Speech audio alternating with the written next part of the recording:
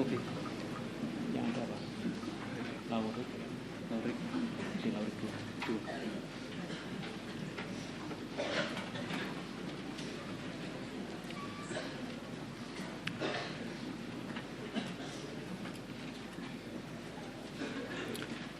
Bismillahirrahmanirrahim.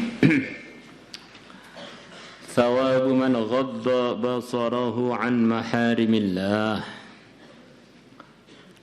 Pahalanya orang yang menundukkan pandangannya dari perkara-perkara yang diharamkan dipandang oleh Allah. Di anggota tubuh kita ini adalah di antara sumber produksi pahala dalam diri kita. Di sumber produksi pahala itu ada 3, hati, lisan, dan anggota tubuh. Maka sumber-sumber pahala ini bagaimana kita maksimalkan untuk produksi pahala terus. Tentu saja syaitan akan berusaha bekerja sama dengan nafsu kita untuk kita tidak menunaikan amanah ini dengan benar. Maka Allah janjikan dalam hadis-hadis yang akan kita baca, anugerah-anugerah yang Allah akan berikan kepada orang yang bisa menunaikan amanah menggunakan pandangannya sesuai prosedur. Sebelum itu ada perintah untuk orang itu menundukkan pandangannya dari perkara yang tidak diridhai oleh Allah. Mata, telinga itu termasuk pimpinan puncak di dalam memberikan informasi pada hati kita, pada otak kita. Maka kalau matanya benar, kupingnya benar, nanti otaknya mudah benar, hatinya mudah bersih. Jadi kalau dua ini jadi mata yang keranjang apa-apa dilihat, kupingnya menjadi kuping tong sampah yang apa-apa dimasukkan, nanti akhirnya hatinya jadi tempat pembuangan akhir, jadi kantornya sampah. Akhirnya dia menyebarkan persampahan pada anggota tubuh. Omongannya di sampah, keputusannya di sampah, hidupnya akhirnya jadi sampah. Coba kita lihat, kita ini mikir, ngangan-ngangan, rindu atau benci kan, nanti ujung-ujungnya pimpinannya itu mata dan telinga, mata, telinga, mata, telinga. Maka Allah sebutkan anggota tubuh kita yang banyak mengaruhi tubuh kita yang akan ada hisab khusus. Innas sam'a, sembuhnya kuping, pendengaran, wal basara, pandangan, wal fuada, dan hati. Kenapa hati diletakkan akhir walaupun wawu itu bukan untuk arti tartib? Ini ada hikmahnya tentu. Di antara hikmahnya memang mata dan telinga itu nanti hasilnya dengan hati itu mirip-mirip. Mata telinganya lulus hisab, hatinya juga akan lulus hisab biasanya. Matanya mandang terus santri putra, santri putri makanya. Nanti hatinya isinya adalah pondok putri pindah ke hati. Akhirnya sepertinya duduk di putra tapi wong dia ini ikut pondok putri ya akhirnya nggak jadi ngaji beneran dong, dia ini suasana masturo. Ini contohnya gambarannya begitu. Qala Allah Ta'ala, begitu juga santri putra dilihati, dihitung kumisnya, insyaallah. Akhirnya dia ini sebetulnya diputri tapi dia ini sebetulnya santri putra. Ya akhirnya error lah, masa santri putra duduk dengan santri putri. Karena pondok putra pindah di hati dia lewat matanya itu tadi. Kullil mu'minina, katakanlah kepada orang-orang iman laki-laki, yaghuddu min absarihim, supaya mereka menundukkan pandangannya. wa yahfadhu furujahum, dan supaya mereka menjaga kemaluannya. Dzalika, yang begitu itu, azka, adalah lebih bersih, lahum, untuk mereka. Sebagian ulama mengatakan wa yahfadhu furujahum diletakkan di akhir itu di antara isyaratnya orang itu sulit menjaga kemaluan kalau matanya mata yang jalang, matanya mata yang tidak terjaga. Sudah saya terangkan, diulang lagi, bisa juga sebaliknya.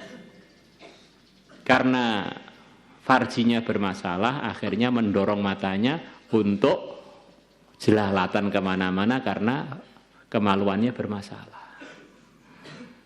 Bisa saling pengaruh mempengaruhi. Dan yang disuruh menjaga itu dua-duanya. Matanya harus dijaga, kemaluannya harus dijaga. Nanti munculnya error itu dari mana atau bareng-bareng error, yaitu semuanya enggak boleh dilaksanakan keerorannya. Innallaha, sesungguhnya Allah, khabirun, adalah maha waspada, maha tahu, bima yasna'un, dengan perbuatan mereka, bisun'ihim.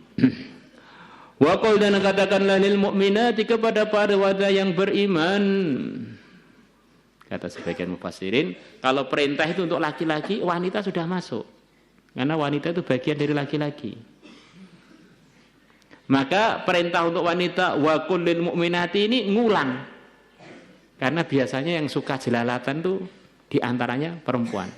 Sejak zaman dulu itu perempuan itu suka ngintip. Maka diulang 2 kali. Qul lil mu'minina, perempuan sudah masuk, diulang lagi 2, wa qul lil mu'minat. Wa qul lil mu'minati, dan katakanlah kepada para orang beriman yang wanita, yaghdudna, supaya mereka menundukkan min absarihinna, sebagian pandangan mereka. Memang min litab'id nanti arti ba'dun, untuk arti sebagian. Karena sebagian pandangan itu ada pahalanya. Wa yahfadna furujahunna, dan supaya mereka menjaga kemaluan-kemaluannya. Wa taqaddama fil bab qablahu, dan telah terdahulu dalam bab sebelumnya, hadits Ubadah bin Samit, hadisnya Ubadah ibn Samit. Wa an Abdullah bin Mas'ud radhiyallahu anhu qala Rasulullah sallallahu alaihi wasallam, yakni maksudnya Abdullah, Rasulullah bersabda, an Rabbih, beliau riwayatkan dari Tuhan yang Azza wa Jalla, an-nadratu, pandangan, sahmun, adalah anak panah, masmumun, yang diberi racun, yang beracun, min siham iblis, dari anak-anak panah kepunyaan iblis. Jadi iblis itu punya anak panah beracun, siapa yang kena anak panah itu akan kena racunnya iblis.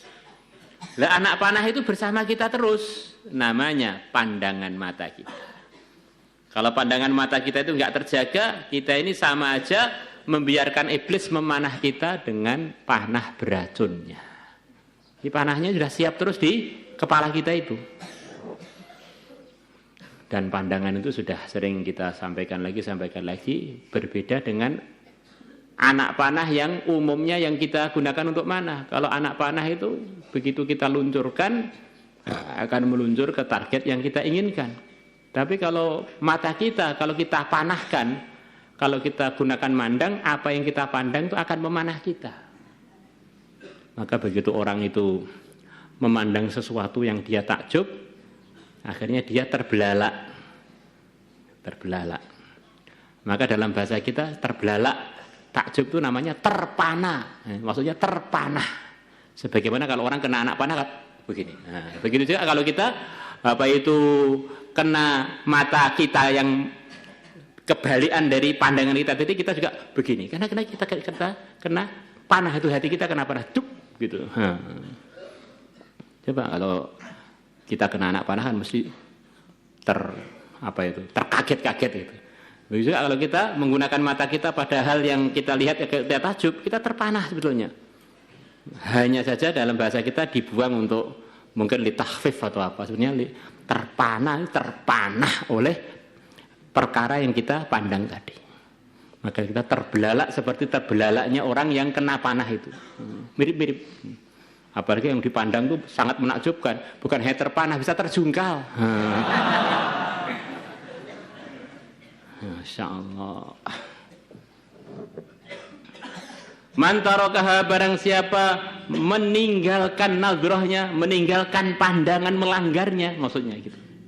Min makhafati, karena takut pada aku. Meninggalkannya karena takut pada aku, bukan karena dia min 5 akhirnya mandang enggak kelihatan. Dia memang enggak mandang karena takut pada Allah. Abdaltuhu, maka aku akan menggantikan kepada dia iman.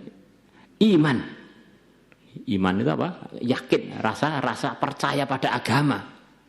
Yajidu halawatahu fi qalbihi, yang dia akan merasakan kelezatannya di hatinya. Kita ini sudah merasa beriman dan memang kita sudah usaha untuk itu dan belajar untuk merawatnya. Tapi kadang-kadang belum terasa nikmat. Kenapa? Meyakini adanya Allah, meyakini rukun iman yang 6. Kenapa kok belum terasa lezat? Di antara sebabnya karena pandangan matanya belum terjaga. Maka kalau kita ingin merasakan kelezatan iman, usahanya adalah dengan menjaga pandangan dari perkara yang tidak diridhai Allah. Insyaallah semuanya niat. Insyaallah. Dan orang itu kalau melakukan sesuatu dan dia tidak merasa nyaman, tidak merasa lezat, nanti lama-lama bosan ngerawat sesuatu tersebut. Sepeda ini enggak nyaman, akhirnya lama-lama jadi malas pakai, lama-lama jadi menjauh. Ini orang itu kalau beriman, kemudian dia tidak merasakan kelezatan iman, bisa bahaya. Lama-lama bosan dengan imannya. Maulaya salli wa sallim daiman abada